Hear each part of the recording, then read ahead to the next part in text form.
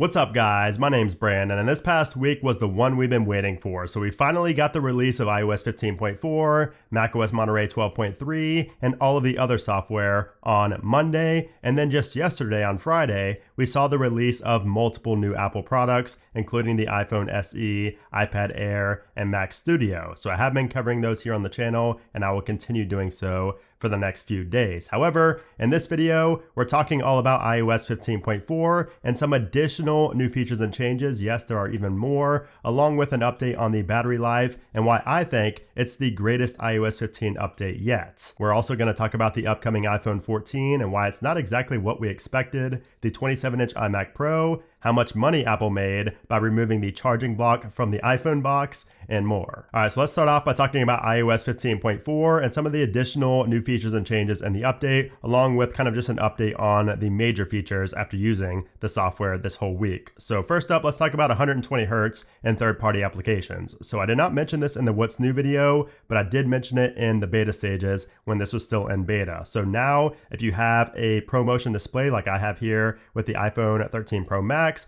you will notice after updating to 15.4 that third-party applications are so much smoother. The animations, the scrolling, everything, opening up the application is smoother now on 15.4 because third-party applications can now take advantage of 120 Hz. They're not limited to just 60 Hz. And you can see here somebody on Twitter shared a video of them comparing this to 15.3. You could see the difference there and the animation on the 120 Hz display. And it doesn't really look like much in video. It's really hard to portray 120 Hz on video. Even when you slow it down, you kind of just have to experience it. And it feels so much better here in 15.4. I noticed it probably the most in Instagram and Twitter. Also, I finally got this review emergency SOS settings alert after updating. I know some people got that with the RC, but I never did. You can see there, that's what it looks like. And it just takes you to the emergency SOS page and shows you the new call to hold feature. Also, if we head into Safari and tap on these two A's in the address bar and go to manage extensions, you can see that we now have a search bar right here. We were not able to search for extensions before, but now we can. There's also some additional alerts right there. I never saw this before. And when you tap on that, it asks you if you want to allow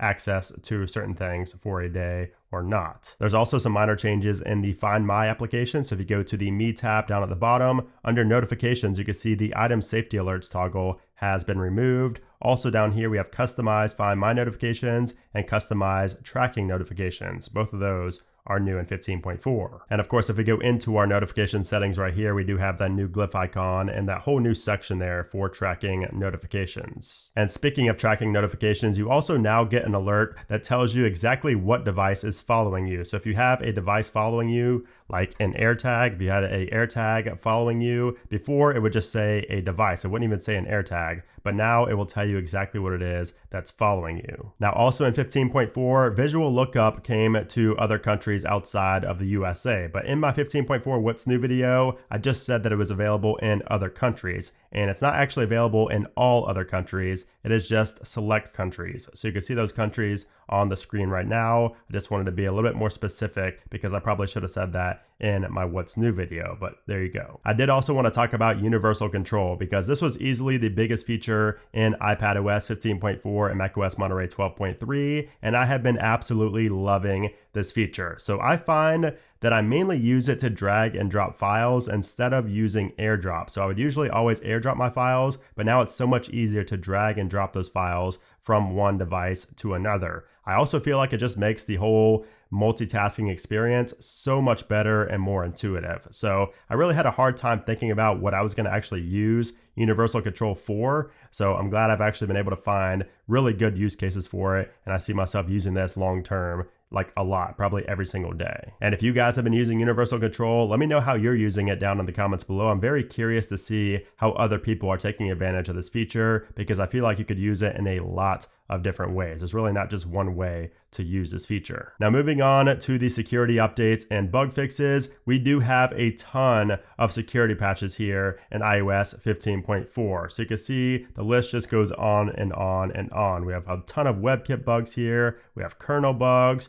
a lot of them. We have sandbox bugs, a ton of bugs have been addressed here. A ton of CVEs have been listed here for 15.4. Now, luckily, I did not see any of these that said they were actively being exploited, so that is a good sign. but you can see a ton of them here that have been patched. And as I always say with these iOS updates, if you're not feeling as intrigued to update, if you really don't like the new features, it's still worth updating so you get protection from all of these sometimes major security bugs. You never know if you're going to be, targeted for something like this. It's not very likely, but it's always a possibility. So that's why I always recommend updating when there are this many security patches. Now, I did also notice an improvement in cell connectivity on my iPhone 13 Pro. So the modem update definitely seems to have helped with cell connectivity. I don't jump back and forth between 5G to LTE as much since updating, so I really did not have that issue on iOS 15 or 15.1, but really ever since iOS 15.2 and then 15.3, I just had issues with connectivity. So it seems to be resolved now with 15.4 for me on Verizon. However, I did want to mention that I am still having issues with Apple Music, sometimes being just very slow to load and play songs. So this is not connection related. I know it's not connection related because everything else works perfectly fine. It is just Apple Music. So I'm not sure what's going on with that. It could have something to do with playing lossless music. But again, that tells me it's connection based, but I know it's not because everything else works perfectly fine. And I have, multiple hundred megabytes up and down. So it should not be an issue. So if you're having issues with that as well, let me know in a comment down below. I'm curious as to if it's just me or if it's more widespread than I think relating to music. Oh, and how can I forget to mention AirPlay to HomePod issues? Those continue. They have not been fixed with 15.4. I was hoping the final version would fix it, but no, it's still laggy. It's still just a total mess. So I hope iOS 16 fixes that and makes it a lot less laggy and a lot more fluid than it is right now. I did also want to mention that macOS Monterey 12.3 has a nasty bug that bricks Macs that have had the logic board replaced. So I would expect an update as soon as this coming week, honestly, to address that because that's a pretty major bug to brick your Mac if you had the logic board replaced. So keep that in mind. If you have had that replaced, just hold off for now. Wait until a new update comes out to patch that. All right, so now let's talk about the performance. So most people are reporting that performance is amazing in 15.4 and that it has noticeably improved from 15.3.1. So I gather this information from my comment section, my Discord server, and sometimes other areas around the internet as well. And almost everybody reports better performance all around after updating to 15.4. So that is great to see. I am going to run a quick Geekbench test here because I am curious to see what my scores are going to be after a couple of days. But overall, everything feels very good here on 15.4. Definitely better performance for me as well compared to 15.3. I talked about that in the last couple of betas and the RC build, and that continues here with the final. So let's see what these scores are. All right, so we got pretty much the exact same score. I think it's only 1 point off on both the single core and the multi-core from when I ran the test in the What's New video. So not much has changed, but still pretty respectable scores there for the Geekbench test. Now, as far as the battery life goes, battery life,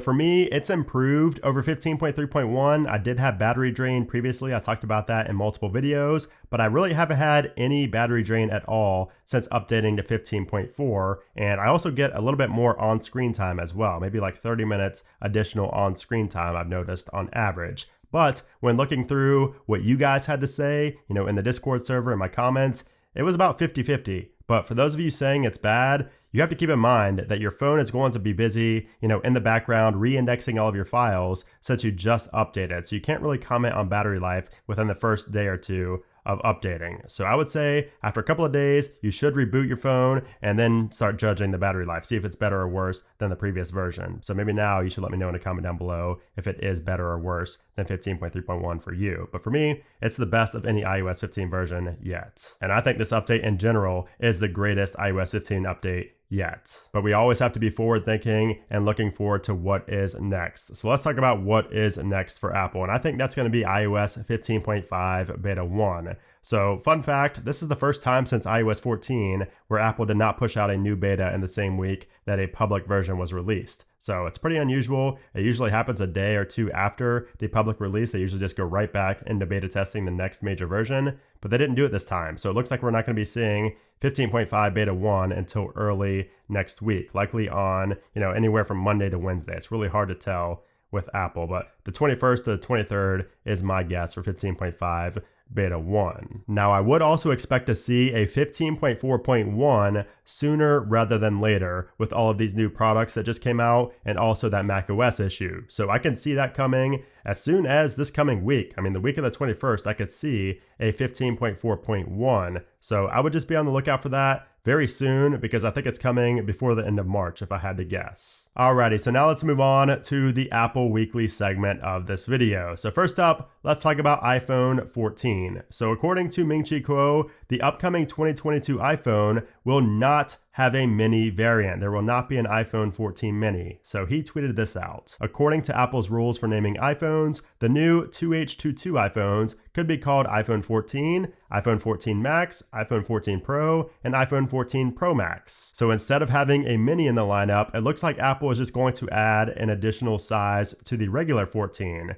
But there's more. Kuo followed up with this bombshell. Only 2 Pro models would upgrade to the A16 processor, while the 14 and 14 Max will retain the A15. All 4 new models will likely come with 6 gigabytes of RAM. So yes, it looks like the Pro models could be getting the new A16 Bionic chip or whatever Apple ends up calling it, while the iPhone 14 and 14 Max stay with the A15 Bionic that we have in the iPhone 13 models right now. So that's pretty interesting, and I don't know if that's going to make a lot of people want to upgrade to a Pro even more or not. I mean, is that going to make you guys want to upgrade to a Pro even more, or do you think you'd be satisfied with just keeping the A15 Bionic? Because I mean, this thing is still super capable. Now, adding on to the iPhone 14 rumors, 9to5Mac is also reporting that the Mini will be missing from the lineup this year, but they also mention that these satellite features we talked about last year are still being worked on. They said this. A few weeks before the iPhone 13 announcement, some reports suggested that Apple had been working on satellite communication features for upcoming iPhone models. Although these features were never added to the iPhone 13 lineup,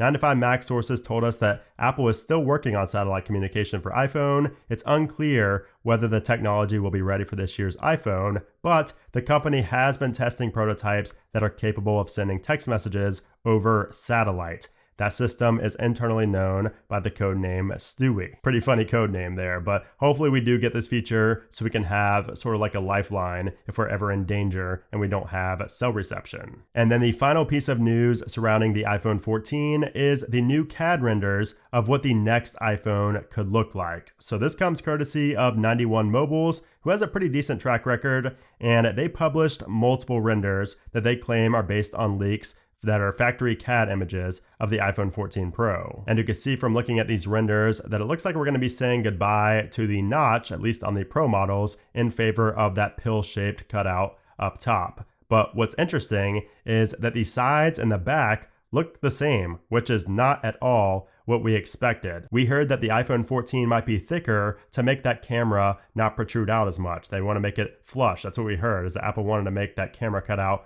more flush from the side angle, but we're not seeing that in these CAD renders. So it'll be interesting to see what comes next and which one actually ends up being true. Now, speaking of upcoming products, some of you might be disappointed to hear that we might not be getting a mini LED in the iPad Pro or Studio Display this year. So according to Kuo, it's due to costs, likely due to the ongoing shortage of supplies. However, Ross Young, who has a very accurate track record, even more accurate than Kuo, agrees that an 11-inch iPad Pro with mini LED is not happening this year, but he disagrees about the Studio Display Pro. He thinks that we're going to see a Studio Display Pro with mini LED in mid-2022.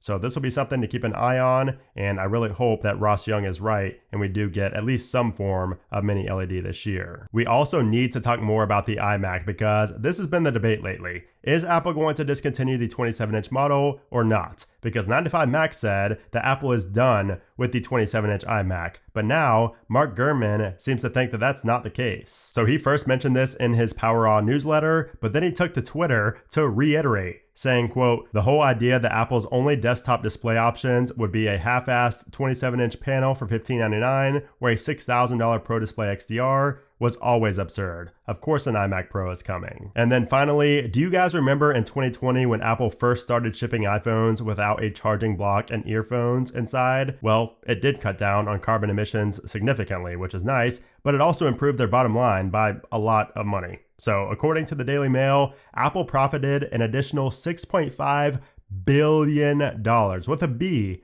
by simply not including earphones and a charging block with their iPhones. So they said this, quote, experts believe that Apple, whose new iPhones cost up to $1,600, could be saving about $35 per phone. The analysis takes into account that while the adapters and earphones sell for $19, they are far cheaper to produce. So that is pretty wild how each and every dollar makes such a big difference when you're selling so many millions of iPhones. That is just wild to me. But anyways, guys, there you have it. That is the latest batch of Apple news from this past week, along with some additional information and updates on iOS 15.4. So as always, I hope you guys enjoyed this video. If you did, I would really appreciate if you give it a thumbs up. And also, don't forget to subscribe. I have a lot of coverage on the new Apple products, and I'll have continued coverage of iOS 15 updates as well. But anyways, guys, thanks again for watching, and I'll see you soon.